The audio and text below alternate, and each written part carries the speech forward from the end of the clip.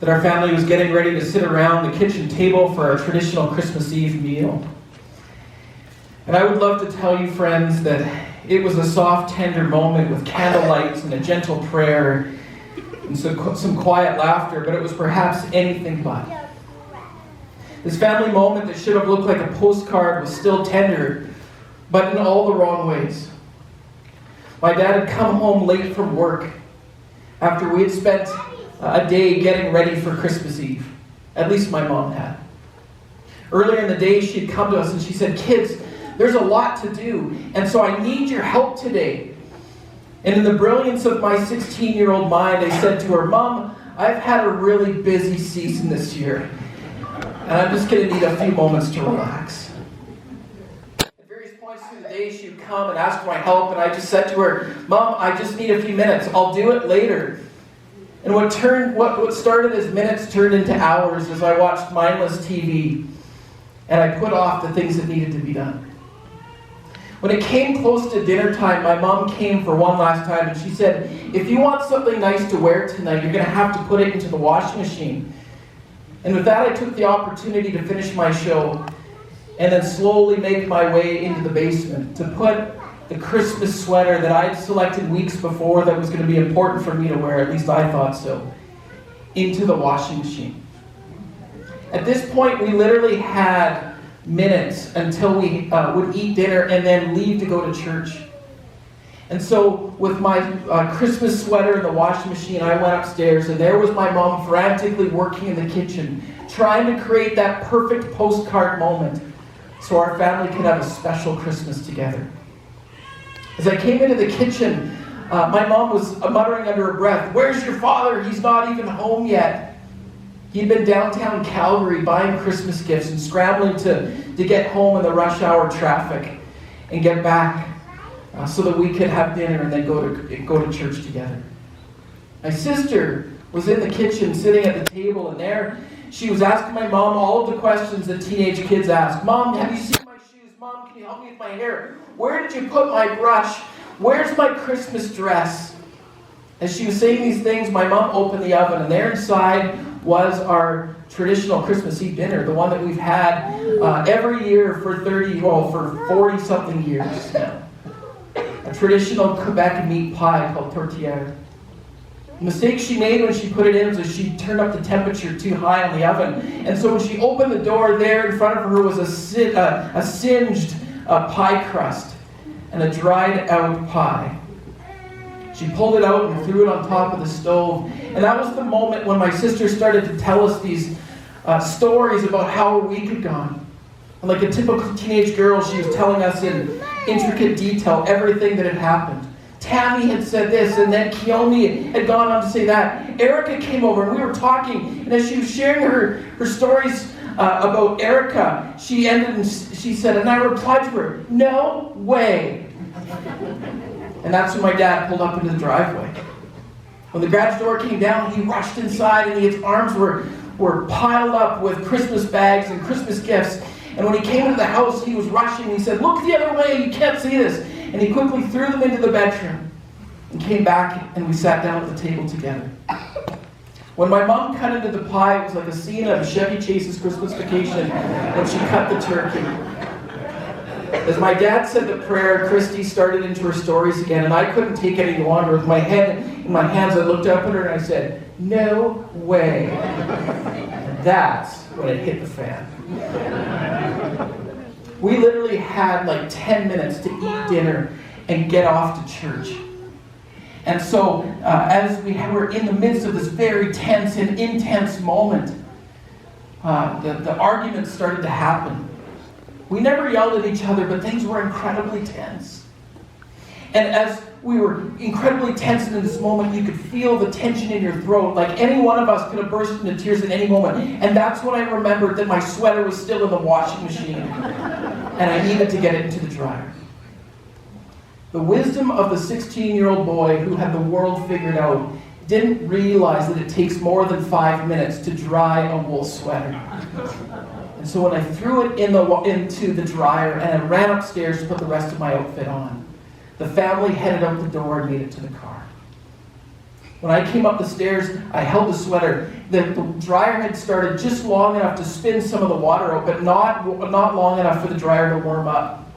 And I slipped on this slimy, slithery, wet, drenched sweater, and I headed outside. My mom opened the door and she said, "It's way too cold for that. You need a jacket." But being 16 and having everything figured out, I said, "I'm fine. Leave me alone. Let's go." It was 20 below that night. And as we drove to our church service, we arrived and I shook the entire time.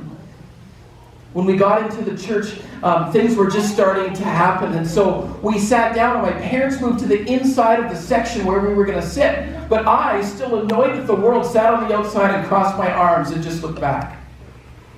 My mom looked over and she did one of these. And I looked over and she said, "Get over here." And I sat back again and crossed my arms and went like this. The family moved over, and as they did, the pastor started to pray, and that's when things started to change. As he prayed, I could feel just a weight started to lift off my shoulders. So at this point, and to this point, as we had come to church, it just felt like the darkness of the night and the weight and weariness of the season was powerfully upon our shoulders. The discouragement of a perfect time, or what should have been a perfect time that had turned despondent, was heavy upon us. And so as we sat there, almost all four of us bursting into tears, and the pastor started to pray, you could feel things start to change. The lights came up in the sanctuary, and we sang our first song, "O Come All Ye Faithful." And it seemed to be that song after song, moment after moment, as the lights changed on stage, and as different people came up to do their part, a light shone into our lives that started to change the way that we were feeling.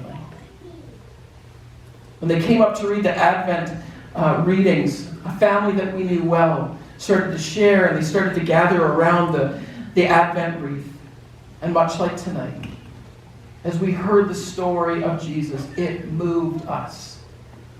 And lights shone into the darkness of our experience.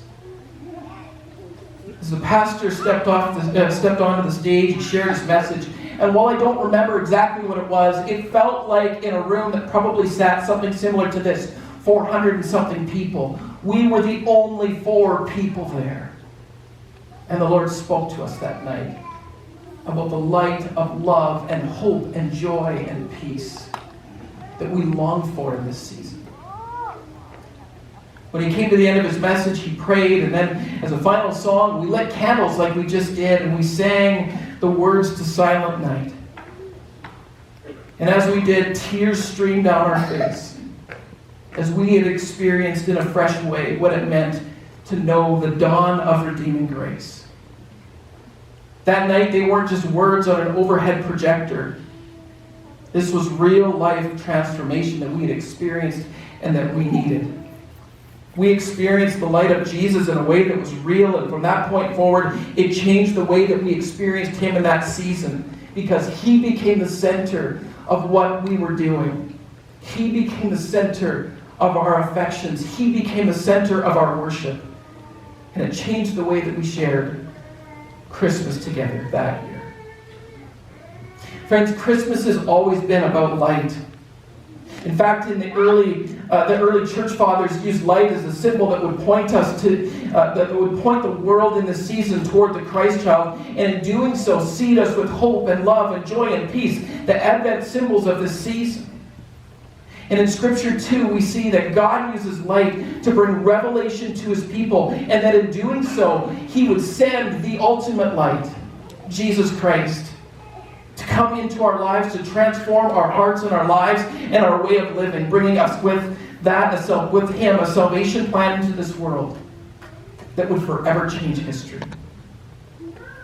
And with this in mind, I want to take us tonight to our Scripture passage for this evening, from the prophet Isaiah in chapter 9. This has been our focus of our Advent season, of our sermon series through this season. Isaiah chapter 9, starting in verse 2. I'll read these words for us, and then we'll take a few moments to reflect on them together.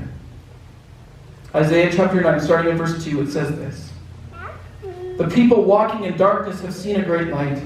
On those living in the land of the deep darkness, a light has dawned. You have enlarged the nation and increased their joy. They rejoice before you as people rejoiced at the harvest. A soldier rejoiced when dividing the plunder. For as in the day of Midian's defeat, you have shattered the yoke that burdens them, the bar across their shoulders, the rod of their oppressor. Every warrior's boot used in battle and every garment rolled in blood will be destined for burning, will be fuel for the fire. For unto us a child is born, unto us a son is given. And the government will be on his shoulders, and he will be called Wonderful Counselor, Mighty God, Everlasting Father, the Prince of Peace.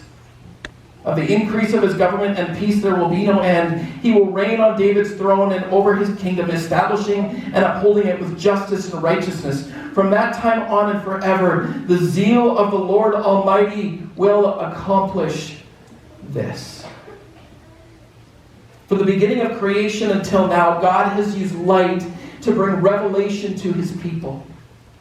In the creation account in Genesis chapter 1 verse 3, when God said, "Let there be light," what he did was that he began the use of an instrument that he had at his disposal to reveal and to show to humanity his plan and his purpose for us. That we were not going to be left to our own darkness to figure things out, but instead that he would lead us forward to something more. And there's probably no greater spot in Scripture where we can see the use of light than in the Christmas story. It's in the Christmas story that we see one of the initial senses of awe, where God uses light to stir a world that was living in darkness to come and sit at the feet of Jesus. In Luke chapter 2, we read the story of the shepherds. They were in the midst of night. They were sitting out in the cold, watching over some dumb, miserable sheep, probably complaining and wondering, what's the point of this? And huddled around what I would suspect would be a fire, they gathered there and they stayed in the coolness or in the coldness of that night. And as they were together, smelling the sheep and being miserable together, probably hungry together, in the midst of that miserable moment, God sent a light through his angels to disrupt their lives and to reveal to them that he had more. And initially they were terrified. But once they recognized what was taking place, once they recognized that this was a work of God, it motivated them to stand up and to go to be with the Christ child. Similarly, in a different way, in Matthew chapter 2, in a different set of circumstances, we see that God used light to motivate the Magi, these kings of the East, to go and to be at the feet of Jesus. They were aware, they knew well the ancient prophecies of old. And so when a star came up in the sky, they left their comfortable existence